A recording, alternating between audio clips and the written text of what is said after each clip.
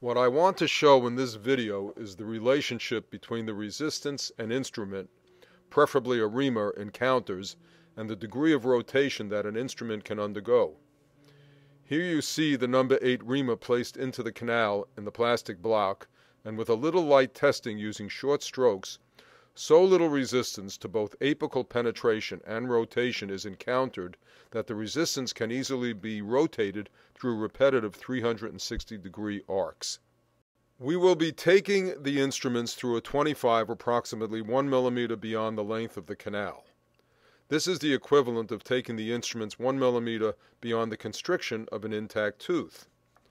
Doing this prevents the buildup of debris at the constriction if we had gone short. This is completely in line with endodontic principles that are taught throughout the country. Please note the same situation exists when the number 10 reamer is placed. Note the ability to rotate through multiple 360-degree arcs, a direct result of the minimum amount of apical and torsional resistance encountered. The number 15 relieved reamer encounters somewhat more resistance, both torsional and apical. As a result, the canal must be shaped for a significantly longer time using much shorter arcs of rotation. Eventually, we are able to do repetitive 360-degree arcs of rotation without increasing the force applied to the instrument. Full 360-degree arcs of rotation are not our goal, but we will take them if they come with minimal resistance. To purposely increase the amount of torsional and apical force to attain 360-degree arcs of rotation leaves the instrument vulnerable to distortion and breakage, and the canal increasingly vulnerable to ledging, elbowing, and apical transportation. The number 20 relieved reamer encounters more torsional and apical resistance. This resistance never decreases to the point where 360-degree arcing can occur.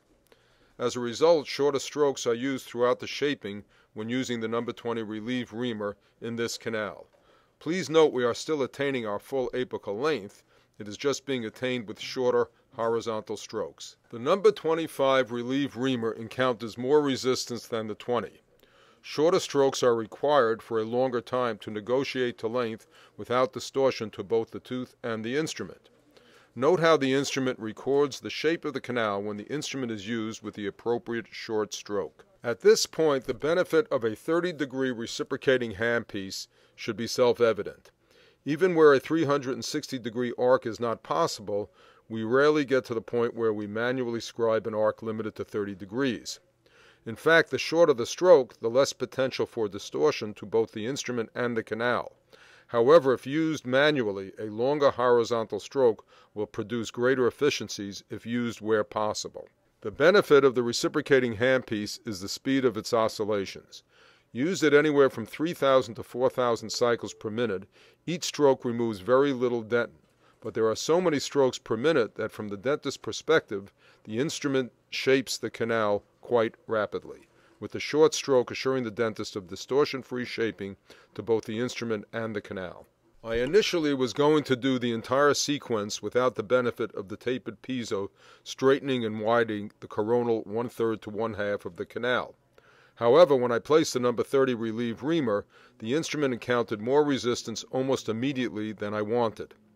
Consequently, I employed the tapered piezo as is recommended with our technique to straighten and widen the coronal 1/3 to 1/2 of the canal space. After the tapered piezo, I checked for patency using the number 25 relieved reamer. Please note how easily it gains full apical length. The number 30 now goes strictly up to what would be the constriction, using a series of short arc strokes. At no point am I ever using increasing amounts of apical or torsional force. I follow up with a 35 relieved reamer used first manually and then refine the shape with the 35 used in the reciprocating handpiece. With the maintenance of patency as a result of going 1 millimeter beyond the length of the block, the equivalence of a 1 millimeter extension beyond the constriction, distortion-free shaping is maintained through a 35. Please note how easily the 35 attains full length when the reciprocating handpiece is used. In this video, I skipped the 40 1 millimeter short of measurement and went straight to the 2506 Nai-Tai relieved reamer used in the reciprocating handpiece. I noticed a small amount of bottling between the apical and middle thirds and decided to blend the shapes together by using the 40 and 2508 subsequently. Again, please be aware that at no point is excessive apical pressure applied to the instruments to gain apical length.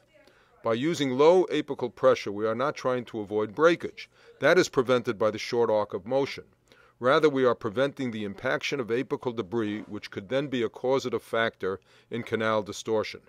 Please note the final shaping of the canal, free of distortion and efficiently achieved.